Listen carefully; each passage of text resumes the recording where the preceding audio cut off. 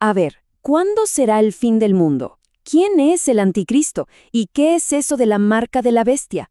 Seguro que estas preguntas nos suenan. Casi siempre están cargadas de miedo y han convertido al libro de Apocalipsis en una especie de campo minado, lleno de especulaciones, de ansiedad, como si fuera un código secreto para descifrar las noticias de hoy.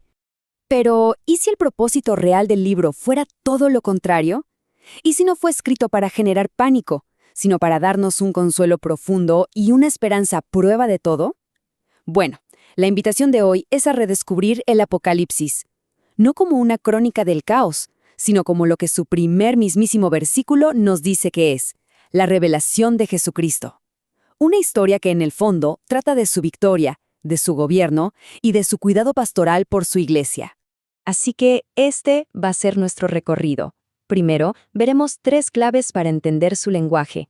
Luego, un marco de lectura que nos va a proteger del sensacionalismo.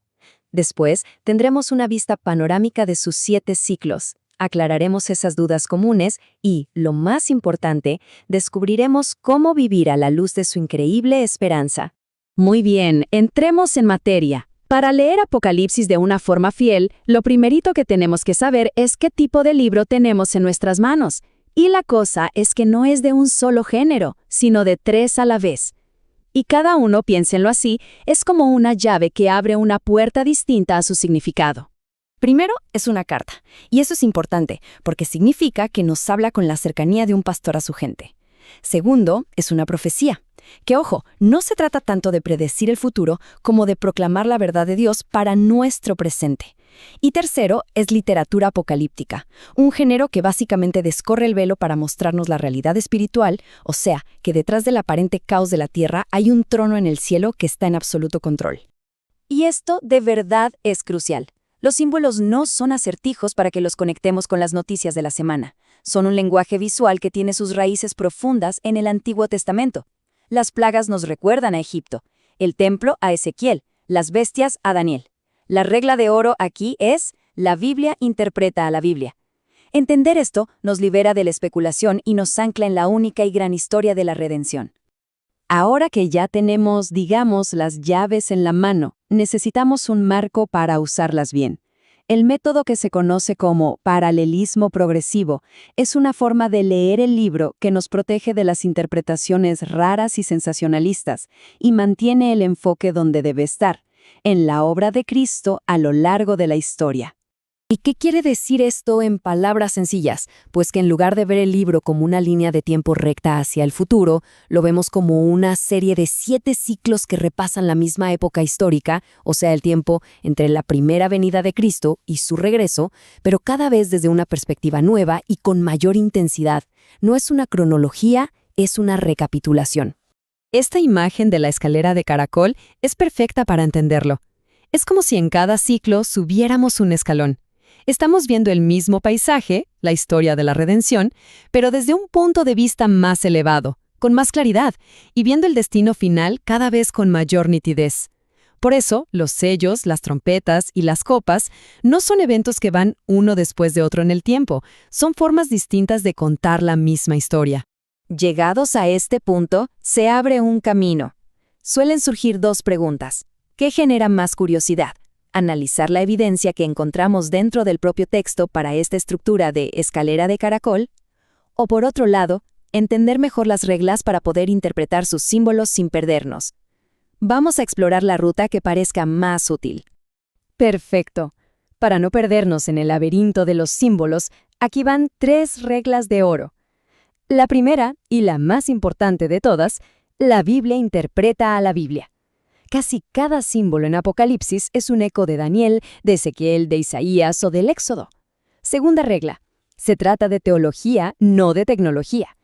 La marca de la bestia no es sobre un microchip, es sobre a quién le damos nuestra lealtad.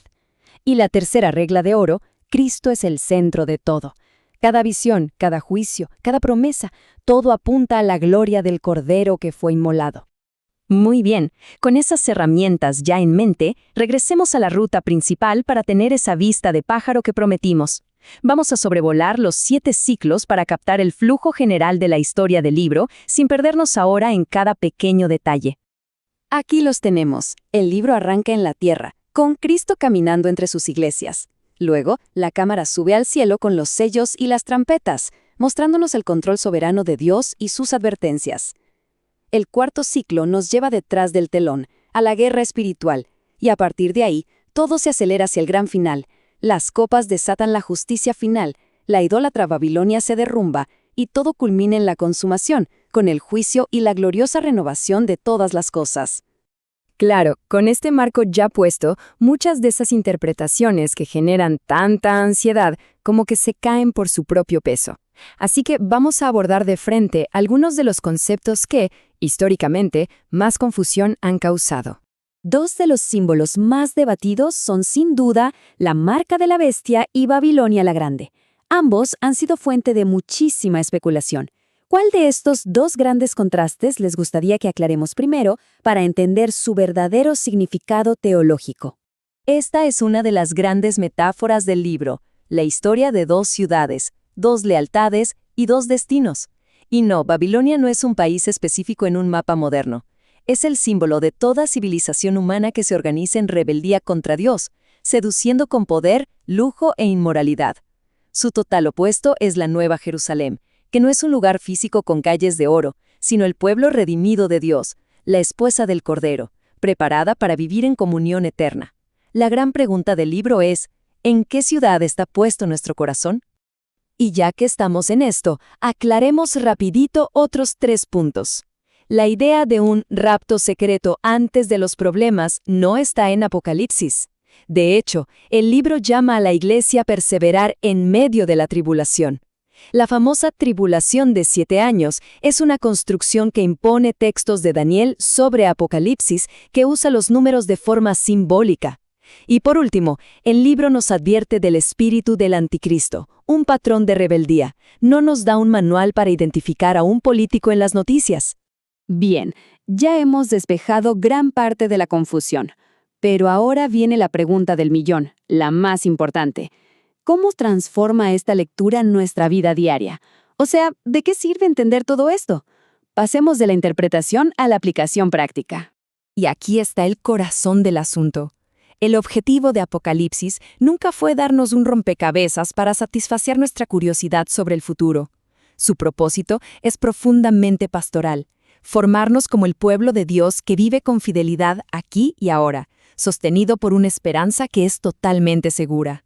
Entonces, ¿cómo se ve esto en la vida real? Primero, adoramos. Levantamos la mirada del caos de las noticias y la fijamos en el Cordero que reina. Segundo, perseveramos. Sabiendo que la victoria final es de Él, podemos soportar la presión y la prueba. Tercero, damos testimonio. Nos negamos a rendirle culto a los ídolos de nuestra cultura y vivimos lealmente para Cristo. Y sobre todo, vivimos con esperanza. Una esperanza que no se basa en especulaciones, sino en la promesa firme de que nuestro Rey viene, y con él, la renovación de absolutamente todas las cosas.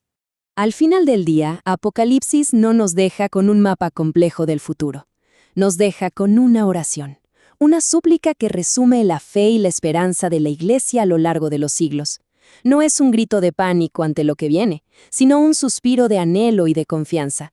Es la respuesta de un corazón que ha visto la gloria del Cordero y que sabe, sin la menor duda, que lo mejor está por venir.